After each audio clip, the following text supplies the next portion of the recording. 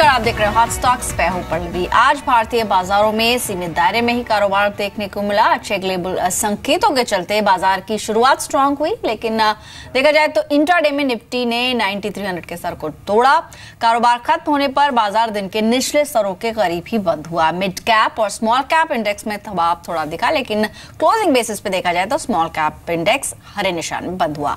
Closing पर Sensex 26 अंक, Nifty 2 अंक की गिरावट के साथ बंद हुए। आज के कारोबार में realty, IT, cement, textile, bank और केमिकल शेयरों में सबसे ज्यादा खरीदारी देखने को मिली। वहीं तेल, गैस, फार्मा, मेटल और कैपिटल गुड्स शेयरों में बिकवाली का रुख रहा। एफआईआईज और डीआईएस के आंकड़ों पर नजर डालें तो आज एफआईआईज की तरफ से आज भी बिकवाली का रुख था। 517 करोड़ की कैश में बिकवाली हुई। वहीं डीआईएस की तरफ से 112 करोड़ की कैश में खरीदारी देखने को मिली। आईसीआईसीआई प्रूडेंशियल के एमडी एसईओ निमेश शाह कहते हैं कि निवेश के लिए लार्ज कैप शेयर फिलहाल अच्छा विकल्प है। मिड कैप के शेयरों में वैल्यूएशंस थोड़े महंगे हो गए हैं।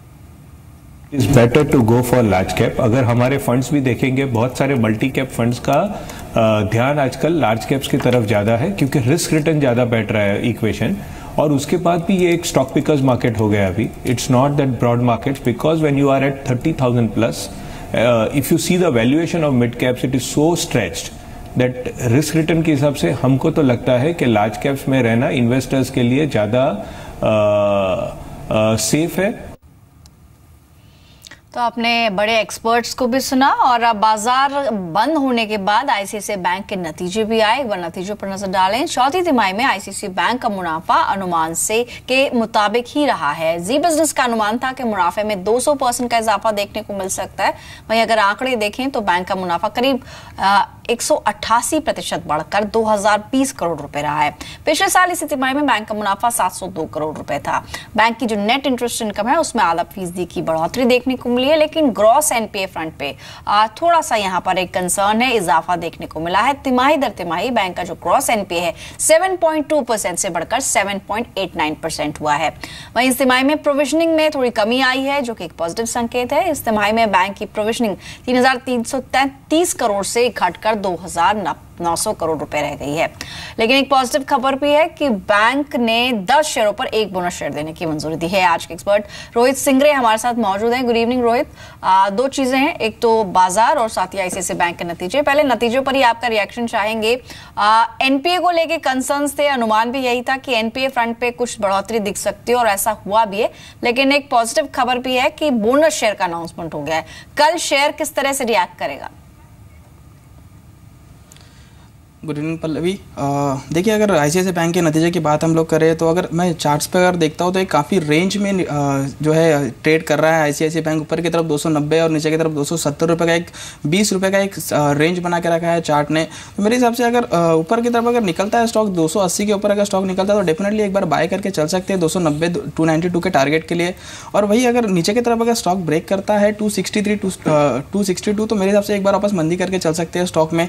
ऊपर आपका जो स्टॉप लॉस रहेगा 270 के करीब करीब रहेगा। तो एक रेंज में ही ट्रेड कर रहा है और मेरे हिसाब से रेंज में ही बने रहेगा स्टॉक, और तो रेंज में ही हम लोग ट्रेड करेंगे आने वाले कल के लिए भी।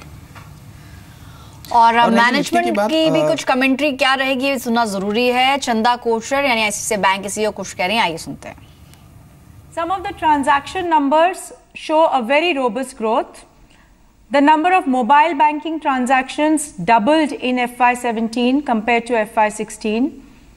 The value of mobile banking transactions increased by 168% in FY17. The number and the value of debit card transactions at POS terminals increased by 75% and 66% respectively in FY17. Over 3 million UPI virtual payment addresses have been created using the bank's mobile platforms. And the bank has acquired over 110,000 merchants till 31st March 2017 using the EasyPay application. Digital channels like internet, mobile banking, POS and call center now account for 79% of the savings account transactions compared to 71% in the beginning of the year. The bank maintained a strong focus on reorienting its balance sheet towards lower risk and more granular portfolio during FY17. The overall domestic loan growth for the bank was very healthy at 14% year on year. This is about 8% higher than the rate of growth of non-food credit for the banking system as a whole.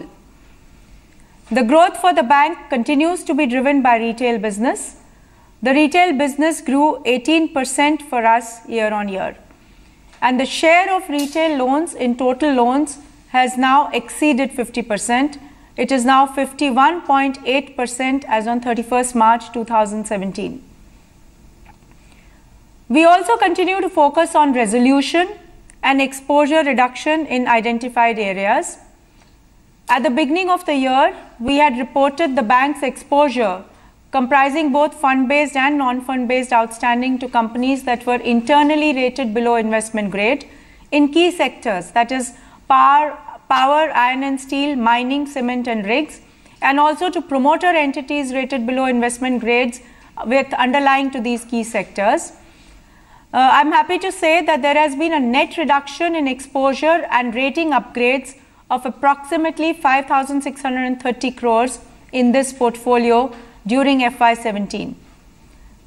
Coming to the additions to NPA, the additions to NPA had actually been gradually declining for the first 3 quarters of the year. They declined from 8,249 crores of rupees in Q1 to 8,029 crores in Q2 to 7,037 crores in Q3. During Q4 2017, the additions to NPA have been elevated. Out of the additions to NPAs during Q4, rupees 5,378 crores was due to one account in the cement sector. This account was included in the drill down exposures to key sectors which was disclosed by the bank. An M&A transaction has been announced in respect of this company. While the transaction has received most of the requisite approvals, including the approvals from NCLT also, but it is still awaiting certain last mile approvals, due to which the transaction could not be concluded by 31st March 2017. तो आपने management को भी सुना कि किस तरह से retail business पर फोकस रहेगा। 18% की ग्रोथ इस फाइनेंशियल ईयर में देखने को मिली है। वहीं अगर एनपीएस के एडिशन की बात करें तो लगातार पहले 3 तिमाहियों में ग्रेजुअल डिक्रीज देखने को मिला है। लोन ग्रोथ में भी अच्छा इजाफा हुआ है, लगभग 14% की growth year on year basis पे देखने को मिली है। बोनस की भी अनाउंसमेंट हुई है, जिसके चलते कल देखना होगा कि स्टॉक कैसे मूव करता है। आप भी किसी शेयर पर सवाल पूछना चाहते हैं, टोल फ्री नंबर्स पर हमें कॉल करें या फिर आप व्हाट्सएप और फेसबुक के जरिए भी अपने सवाल हम तक पहुंचा सकते हैं। चलिए अब कुछ दर्शकों के सवालों को भी शामिल करना शुरू करते हैं। सबसे पहला सवाल है कुणाल का, जो कि चंडीगढ़ से है। वेदांता को लेकर इनका क्वेश्चन है रोहित। इनके पास 520 शेयर्स हैं जो कि 245 के स्तरों पे लिए हुए हैं। कुणाल के लिए क्या एडवाइस होगी वेदांता पर आपकी? इनको फिलहाल नुकसान हो रहा है। देखिए, अगर वेदांता की बात करें तो आज की क्लोजिंग जो आई है 240 के करीब करीब की आई है। स्टॉक काफ़ी अप ट्रेंड में रहा है और मेरे हिसाब से एक जो है 250 का एक काफ़ी स्ट्रॉन्ग रेजिस्टेंस बना के रखा है स्टॉक ने। आवाज़ आ रही है? हेलो जी, मैं सुन पा रही हूँ, बताइए। या सो 250 रुपये का एक काफ़ी स्ट्रॉन्ग रेजिस्टेंस बना के रखा है ऊपर की तरफ वेदांता ने, और काफ़ी एक सुपर अप ट्रेंड में ट्रेड कर रहा है स्टॉक। और अगर देखें तो अगर 250 रुपये के ऊपर अगर निकलने में कामयाबी पाता है स्टॉक, तो मेरे हिसाब से एक 265 और 275 के टारगेट इमीडिएट बेसिस पे इनको देखने को मिलेंगे। और अगर नीचे के साइड अगर हम लोग बात करते हैं तो एक 215 रुपये पे एक जो है 200 DMA रीड कर रहा है, जो कि एक काफ़ी स्ट्रॉन्ग सपोर्ट माना जाता है टेक्निकली। तो मेरे हिसाब से इनको 215 रुपये के नीचे अपना एक स्टॉप लॉस मेंटेन करना चाहिए। ऊपर की तरफ अगर 250 ब्रेक करता है तो 265 275 के टारगेट पे इन लोग को अपनी प्रॉफिट मुनाफा वसूली करनी चाहिए वेदांता के अंदर।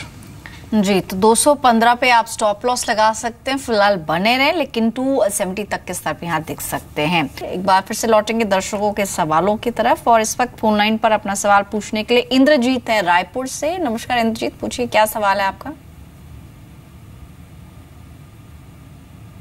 इंद्रजीत शायद डिस्कनेक्ट हो गया, लेकिन इनका सवाल व्हाट्सएप के जरिए भी आया है और उज्जीवन फाइनेंस को लेकर ये जानना चाहते हैं। आज के सेशन में देखा जाए तो अच्छी बाइंग दिखी सभी फाइनेंस से जुड़ी हुई कंपनियों में और बैंकिंग शेयर्स में भी। उज्जीवन फाइनेंस ऑलमोस्ट 360 के स्तर पर क्लोज हुआ है, लेकिन इनकी खरीद उससे भी ऊपर है रोहित। 385 के लेवल्स पे खरीदा हुआ है, क्या करना चाहिए अभी? देखिए, अगर उज्जीवन की हम लोग बात करें तो काफ़ी ज़्यादा मेरे पास स्टडीज़ इसकी है नहीं, because last year he IPO इसका आया था उज्जीवन का। अगर हम लोग इसका जितना चार्ट है अगर मैं उसको रीड करता हूँ, स्टडी करता हूँ, तो एक नेगेटिव पैटर्न ही मुझे दिख रहा है चार्ट पे। और मेरे हिसाब से बट 360 जो आज का जो क्लोजिंग प्राइस है, काफ़ी अच्छा डिमांड जोन रहा है उज्जीवन के लिए पास्ट में। तो मेरे हिसाब से एक बाउंस हम लोग यहाँ से एक्सपेक्ट कर सकते हैं उज्जीवन के अंदर। बट मेरे हिसाब से इनको एक 385 के करीब करीब स्ट्रॉन्ग रेजिस्टेंस है, जो कि इनका बाइंग प्राइस है। तो वहाँ पे एक बार इनको कॉस्ट पे एग्जिट कर जाना चाहिए।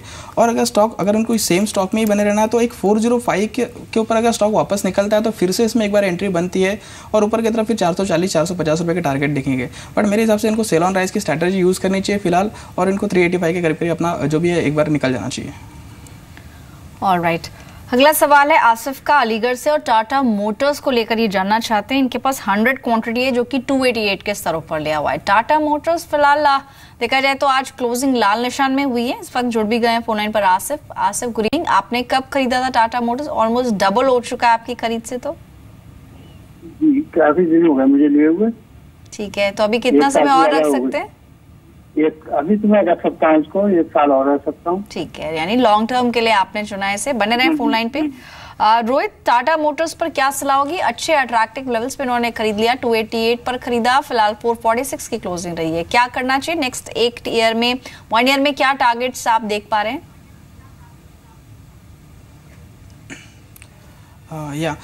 टाटा मोटर्स में इन्होंने काफ़ी अच्छी लेवल्स पे बाइंग की है। 288 ऊपर की तरफ काफ़ी करीब 600 रुपये के लेवल्स भी इन्होंने देखे हैं। बट अभी जो चार्ट का स्ट्रक्चर में देखो तो एक शॉर्ट टर्म में वीकनेस दिख रहा है टाटा मोटर के चार्ट पे, और इमीडिएट बेसिस पे अगर हम लोग देखेंगे तो एक 430 का काफ़ी स्ट्रॉन्ग सपोर्ट बना के रखा है। और अगर टेक्निकली देखें तो एक हेड एंड शोल्डर पैटर्न हमें डेली चार्ट पर दिख रहा है, जो कि एक नेगेटिव फैक्टर है।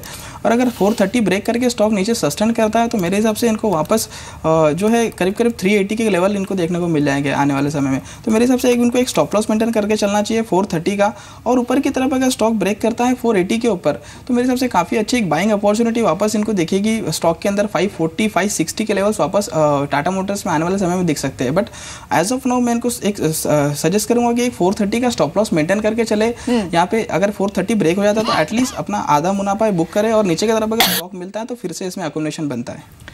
ठीक है, यानी कि आपने अच्छा मुनाफा कमाया है और ये मुनाफा इंटैक्ट रहे, इसलिए स्टॉप लॉस 430 का लगा सकते हैं। 430 अगर ब्रेक होता है तो आधा मुनाफा एटलीस्ट आप अपना बुक कर लें।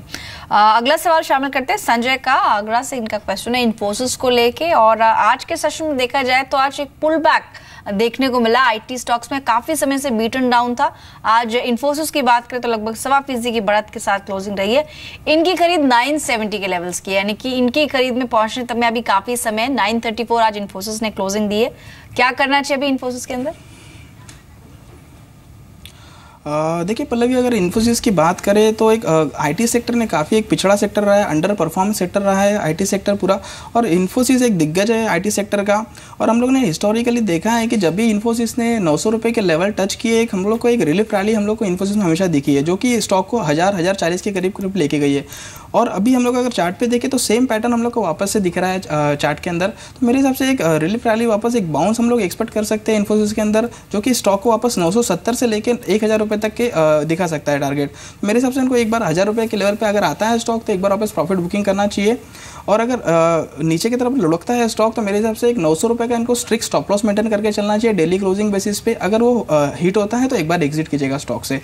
ऑलराइट, तो 900 रुपए के स्तर पर स्टॉप लॉस लगाएं, फिलहाल इसमें होल्ड ऑन करें, लेकिन लेवल्स क्लोजली वॉच करें। 1000 का स्तर यहां पर पार हो सकता है। इतने ही सवाल शामिल करेंगे। शुक्रिया रोहित, आपका कोई डिस्क्लोजर देना चाहेंगे? Thank you Pallavi. डिस्क्लोजर जो भी स्टॉक हम लोग डिस्कस किए इसमें हमारे क्लाइंट्स को हम लोग ने सजेशन दिए है, बट कोई पर्सनली होल्डिंग नहीं है। Thanks a lot. फिलहाल हॉट स्टॉक्स में इतना है, कल फिर हाजिर होंगे, दिन भर का हाल आपको बताएंगे। नमस्कार।